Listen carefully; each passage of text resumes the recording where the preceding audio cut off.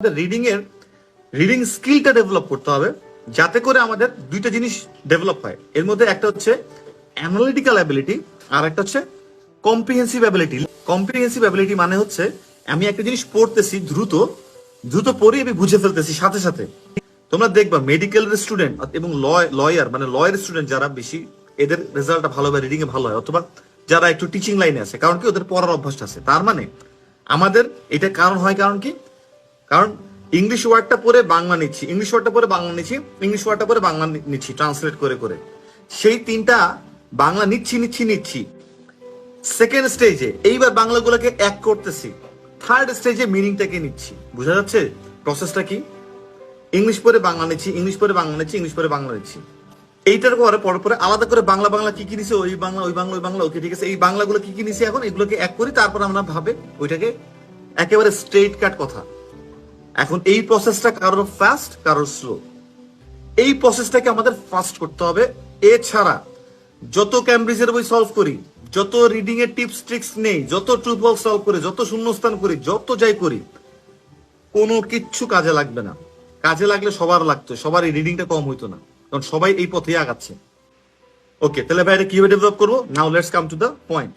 Reading এর জন্য আমরা যে কাজটা করব, আমরা স্টার্ট করব রিডিং। ভাই কি স্টার্ট করব, কোনটা স্টার্ট করব? আমরা স্টার্ট করব ইজিয়েস্ট থিং। এবার আসি ইজিয়েস্ট থিং কেন? ইজিয়েস্ট থিং এর জন্য এটাকে বলে ইংলিশে লো হ্যাঙ্গিং ফ্রুট কনসেপ্ট। মানে যেই ফলটা গাছের নিচে ঝুলতেছে, আমাদের ব্রেইন বলে yes I can do that. তুমি যদি ক্লাস 2 তে পড়ো, তোমাকে আমি যদি ক্লাস 8 এ জিনিস দেই, তুমি যদি ইংলিশ একেবারে না বুঝো, আচ্ছা আমাদের পাশে প্রচুর মানুষ আছে না, ইটালিয়ান কথা বলতে থাকে বলতে থাকে বলতে থাকে, বলতো বক বক করে বলতো, আমরা কি ইটালিয়ান শিখে যাব? না। যতক্ষণ পর্যন্ত আমরা রিলেট না করতে পারি, কিসের সাথে রিলেট করব? যতটুকু পারি তার সাথে। তার মানে আমার লেভেল যদি 2 তে হয়, 2 পর্যন্ত পারি, আমি রিলেট করতে পারবো 3 এর জিনিস, তখন আমি ওইটা জাম্প করতে পারবো, নট 8 এর জিনিস। সো ইজি স্টাফ যেগুলো আছে সেগুলোতে পড়া শুরু করতে হবে, 1 নাম্বার। 2 নাম্বার যেটা, রিডিং এর ক্ষেত্রে আমাদের সামারি করতে হয়, আমাদের লেখার ধরন বুঝতে হয়, শুধুমাত্র রিডিং এ না, রাইটিং এ আমাদের ওইভাবে লিখতে হয়। তো এই যে রিডিং এবং রাইটিং এর জন্য যেটা করতে হয়, সেই জিনিসটার জন্য আমাদের যে জিনিসটা করতে হয় সেটা হচ্ছে পোয়েটিক জায়গাটা ধরতে হবে। পোয়েটিক বা লেখক কি বলতে চাচ্ছে, তলে কি মিনিং আছে, কোনটা বলে কোনটা করে। আমরা গল্প বই পড়ি না, দেখো না, লেখক এক একটা বলে বুঝায়, আর একটু কাছ থেকে যায়, একটু ডান থেকে যায়, বাম থেকে যায়। এই যে জিনিসটা আছে, এটা মাথার মধ্যে অ্যাবজর্ব করতে হবে একটু একটু করে, এটাকে অ্যাডপ্ট করতে হবে।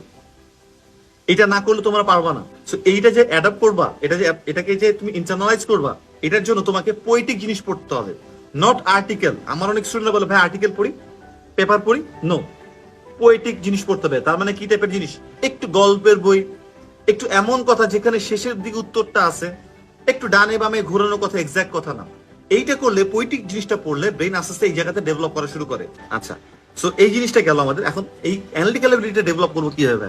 ওকে, এর 2টা নিয়ম আমি সোফার বের করছি এই ডেভেলপ করার জন্য, প্যাসেজে আমরা পড়ে আসতেছি। একটা কি, একটা হচ্ছে ইট ডেভেলপস অথবা ইট গ্রোস অটোমেটিকলি। কিভাবে অটোমেটিকলি এটা গ্রো করে? যেমন তোমার ম্যাচিউরিটির সাথে তোমার কিছু কিছু জিনিস আছে, সিভিক সেন্স, জেনারেল নলেজ, এগুলো না অটোমেটিকলি আসে। একটা জিনিস গেল এটা, যে এটা হইলে তো এটা হবে না, বা এটা হলে তো ওইটাও বলতেছে না, এরকম দেখবে। অনেকে ধাঁধা অনেক ভালো পারে, অনেকে ধাঁধা আবার অত ভালো পারে না, ডিপেন্ড করে, রাইট? আবার এটা হয় আর কি বয়সের সাথে সাথে। আচ্ছা, আরেকটা হচ্ছে কি, প্র্যাকটিস করতে করতে, ধাঁধার অ্যান্সার গুলো পেতে পেতে, দাবা খেলতে খেলতে দেখবে কি আমরা দাবার চালগুলো আস্তে আস্তে শিখা শুরু করি। এইখানে তোমাদের ক্যামব্রিজের বইটা একটা জায়গা হেল্প করতে পারে টু সাম এক্সটেন্ট। কিভাবে? তুমি যখন ক্যামব্রিজের বইটা সলভ করলাম, আচ্ছা যখন আমরা ক্যামব্রিজের বই সলভ করলাম, অ্যান্সার পাইলাম কত? 40-এ ধরো 18 বা 22, এটা অ্যান্সার। আচ্ছা, এখন আমার একটা কথা হচ্ছে, এই যে আমি ক্যামব্রিজের বইটা সলভ করে 18 বা 22 পেলাম, এই 18 বা 22, ধরো 22 পেলাম, এই 22টা কি কি রিপ্রেজেন্ট করে? Reading level. এটা হচ্ছে আমার লেভেলটা কি, আমার বর্তমান স্টেটাসটা কি। এটা মানে এটা না যে একটা তো করছি ভাই হয়ে গেছে অনেক কিছু, না না না না, এটা আমার স্টেটাস, আমার what's my status, what's my level, what's my condition, এইটাকে এটা শো করে। তোমরা যদি এরকম হয়, অনেকে বলো ভাইয়া একটা প্যাসেজ যখন সলভ করছি একটু তো ইমপ্রুভ হয়েছে, কিছু তো পড়ছি, কিছু তো গেছি, ওয়েল ইয়েস, তুমি ভাবতে পারো। কিন্তু আমার কাছে যদি তুমি জিজ্ঞাসা করো, বা আমি তোমাকে দেখতে বলবো, যে তোমার কোনো ইমপ্রুভমেন্টই হয় না এটাতে, এটা জাস্ট তোমার একটা লেভেল কি সেটা তুমি দেখতে পাচ্ছ। এইবার আসলে তাহলে ইমপ্রুভমেন্টটা কোথায় হবে তাহলে, কিভাবে তাহলে ডেভেলপ করবো? ওকে, এইবার যেভাবে ডেভেলপ করবো সেটা হচ্ছে কি, আমি নাম দিছি ব্যাক ক্যালকুলেশন। সো ব্যাক ক্যালকুলেশনটা কি?